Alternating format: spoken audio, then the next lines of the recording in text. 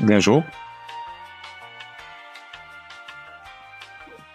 Vous avez vu mon mug? Et oui les gars, Intercut se modernise, on a une super prod maintenant. Ça c'est l'argent des abonnés ça. Bon, j'ai redécouvert un film récemment. Redécouvert parce que c'est un film culte de mon enfance que ma mère m'avait montré entre deux sur la route de Madison et Jeux interdits. Ce qui vous explique bien pourquoi je suis encore un pré-ado absolument dépressif et émo parce que j'ai grandi avec la musique de Jeux interdits qui répétait en boucle dans le salon toutes les 2 heures. Comment voulez-vous que j'ai de la joie de vivre avec ça? Bref, est-ce qu'on est en train de s'égarer? Oui, putain cette vidéo va être chaotique. Ce film, j'ai eu envie de vous en parler parce que ce film, certains d'entre vous ont peut-être eu la chance de l'avoir vu au Club de l'Étoile lors de la soirée Intercut que j'avais organisée en juillet où j'avais projeté ce film-là après un petit apéro dans des super bonnes conditions et c'était absolument dingue. Et d'ailleurs, il y a une autre soirée Intercut du même style qui est prévue toujours au Club de l'Étoile le 22 septembre. C'est une dinguerie ces soirées, vraiment c'est un régal à chaque fois. Toutes les infos sont en description et je vous prépare un film mystère que vous allez adorer. Mais bref, ce film, ça fait pas mal de temps que je veux en parler sur Intercut et c'est difficile pour moi de le placer dans un C-com en mieux moins bien, mais bah écoutez, je vais faire une vidéo dédiée à ça. Ce film, c'est le film qui a créé Les Dents de la Mer. C'est un film que Steven Spielberg adore, que Steven Spielberg admire, et c'est peut-être l'un des plus grands films américains que j'ai pu voir. Est-ce que vous connaissez John Huston? John Huston, c'est l'un des plus grands réalisateurs hollywoodiens ayant œuvré du début des années 40 jusqu'aux années 80, mais sa grandeur de gloire, elle se situe plutôt entre les années 40 et 60. En 20 ans, le mec a réalisé des chefs-d'œuvre incroyables. Certains d'entre vous connaissent peut-être par exemple Le Trésor de la Sierra Madre, qui aurait eu toute sa place dans un Indiana Jones sans mieux, tant le film respire l'ambition et se paye le luxe d'être à la fois l'un des plus grands films d'aventure qui soit et une fable morale sur la cupidité humaine en même temps. Bref, peut-être qu'il y aura une vidéo qui sera dédiée sur ce film aussi, mais bon. John Huston a réalisé plein de monuments du 7e art. C'est un des grands réalisateurs américains du dernier siècle, mais parmi ses films, il y en a un qu'on oublie quand même un peu trop souvent, c'est Moby Dick. Oh yeah, well, damn it, well.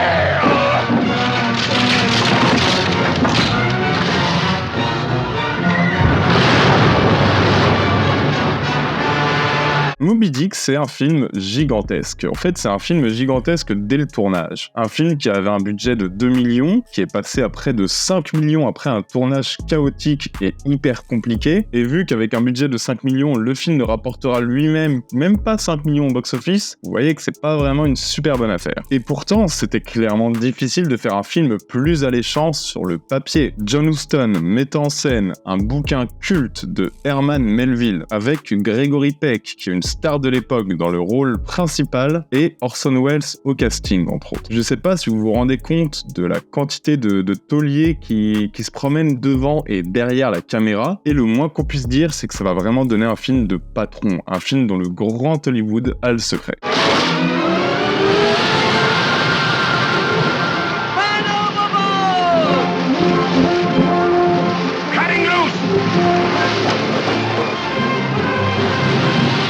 L'histoire, bon, elle est connue, l'histoire de Moby Dick. C'est la traque du capitaine Ahab qui est obsédé par une monstrueuse baleine blanche. Cette baleine, c'est l'incarnation du mal, c'est un dieu, c'est une entité insaisissable, et cette traque, elle va virer à l'obsession pour le capitaine et son équipage. Elle va l'amener jusqu'aux portes de la folie, là où l'humanité ne devrait jamais s'aventurer, juste pour se venger de Moby Dick. Et cette histoire, on va la suivre dans le film par le point de vue de Ismaël, qui est un jeune matelot, et donc on aura vraiment un deuxième point de vue sur tout ce qui se passe dans le récit, et c'est déjà un des gros points forts du film Moby Dick, je trouve. Il parvient à mythifier toute son histoire. Ahab.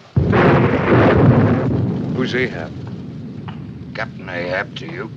Chaque fois qu'on va parler du capitaine Ahab, chaque fois qu'on va parler de Moby Dick, on va parler de leur combat comme étant presque un événement mythologique, un événement biblique qui va opposer David contre Goliath. Ces deux personnages, ces deux antagonistes, on ne sait rien sur eux, on ne les voit pas. On sait juste que Ahab, c'est un homme respecté, c'est un homme puissant et que la seule évocation de son nom impose un profond silence. Il va apparaître au bout de 30 minutes de film. Mais le truc, c'est que déjà, on en a tellement parlé, on a tellement ressenti son ambiance pesante sur toute la narration qu'on le craint, on le comprend, on en a peur, alors même qu'il n'est même pas apparu à l'image. Toute cette atmosphère biblique et ces héros qui semblent tout droit sortis d'un mythe, c'est l'un des gros points forts du film. It's Moby Dick.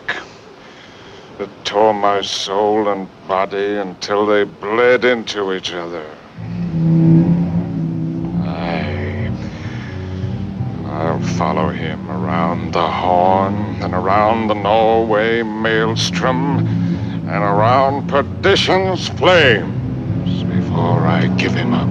Ehab, c'est Gregory Peck, qui est un acteur extrêmement réputé à Hollywood, un acteur qui est connu plutôt pour ses rôles de beau gosse, pour ses rôles de personnages intègres, justes, droits, qui se voit ici complètement défiguré, à interpréter un homme ravagé par la vengeance, prêt à sacrifier son équipage et sa propre vie. Et quiconque repensera à la deuxième partie des Dents de la Mer, qui est peut-être un peu moins ancrée grand spectacle, un peu moins ancrée frisson, et qui raconte plutôt la traque du requin dans une sorte d'ambiance étrange et étouffante, quasi mutique, ne pourra qu'adorer Moby Dick, parce que cette deuxième partie dans la mer doit tout au film de John Huston et au roman original. Dans Moby Dick, tout est chaos, l'équipage il va souffrir, il va trembler, et le navire va vite devenir un vaisseau fantôme peuplé par des zombies qui sont soumis corps et âme à un capitaine fou, un capitaine qui semble traquer un fantôme, puisque Moby Dick est invisible, insaisissable, qu'on a beau la mentionner, on la voit pas de tout le film presque, et qu'en fait, juste un dieu ne peut pas se laisser chasser par les humains.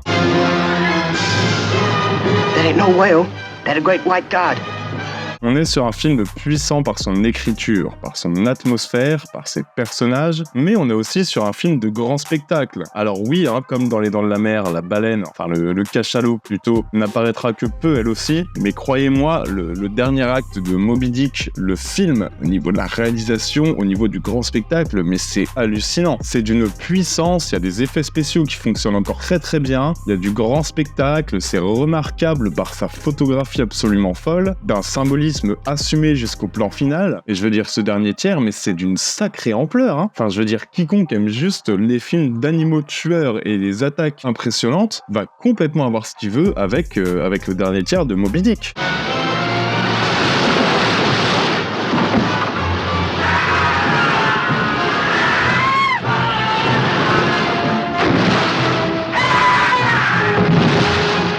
Et le film dure un petit peu moins de 2 heures et pourtant il prend le temps de poser son contexte, notamment grâce à une intervention d'Orson Welles. Mais je dois en parler aussi de l'intervention d'Orson Welles parce qu'elle est juste grandiose, elle est terrible. Et quand t'as Orson Welles dans ton film, t'as plutôt intérêt à bien l'utiliser. Ici, c'est quelque chose. En fait, c'est Orson Welles qui personnifie en une scène toute la volonté de John Huston de réaliser un film apocalyptique en fait. J'en dis pas plus parce que je pense qu'à la fin de cette vidéo, vous allez avoir envie de voir le film et si vous le voyez, s'il vous plaît, dites-moi ce que vous en avez pensé, je lis tous les commentaires et ça me régale. Donc je vous spoil pas la scène d'Orson Welles, mais elle est grandiose quoi. Et il y a tant d'analyses possibles sur ce film, sur cette lutte en fait entre l'homme et son créateur finalement, puisque Moby Dick a complètement créé Ehab. De toute façon, le roman comme le film ont été analysés et pensés 1000 fois et c'est bien normal. Mais là, au Moby Dick, c'est un film qui a un sacré héritage et vous allez voir, mon titre il est pas tant putaclic que ça finalement. Moby Dick a un sacré héritage puisque ce film a complètement créé Les Dents de la Mer de Spielberg. Oui, il a eu une énorme incidence sur le film de Spielberg, sur la caractérisation de son capitaine, sur l'obsession de son capitaine pour la traque de son animal marin. Et si vous avez toujours du mal à y croire, aux liens qu'ils ont fait entre Spielberg et John Huston, petite anecdote, à la base, le capitaine Quint, du coup, donc le capitaine dans Les Dents de la Mer, devait apparaître dans Les Dents de la Mer pour sa première scène, pour son premier plan, en train de regarder un extrait du Moby Dick de John Huston. Parce que les personnages sont absolument similaires, leur trajectoire est pareille. Le truc, c'est que les droits de Moby Dick appartiennent à Gregory Peck, et très étonnamment, et Gregory Peck, il aime pas trop son rôle dans ce film, alors qu'à mes yeux, c'est peut-être un de ses meilleurs, et du coup, il a juste refusé à Spielberg le droit d'exploiter son image dans Les Dents de la Mer. C'est un rôle tellement différent des autres rôles de Gregory Peck, on peut comprendre, mais c'est quand même un petit peu dommage. Rise. The birds. The birds! He rises!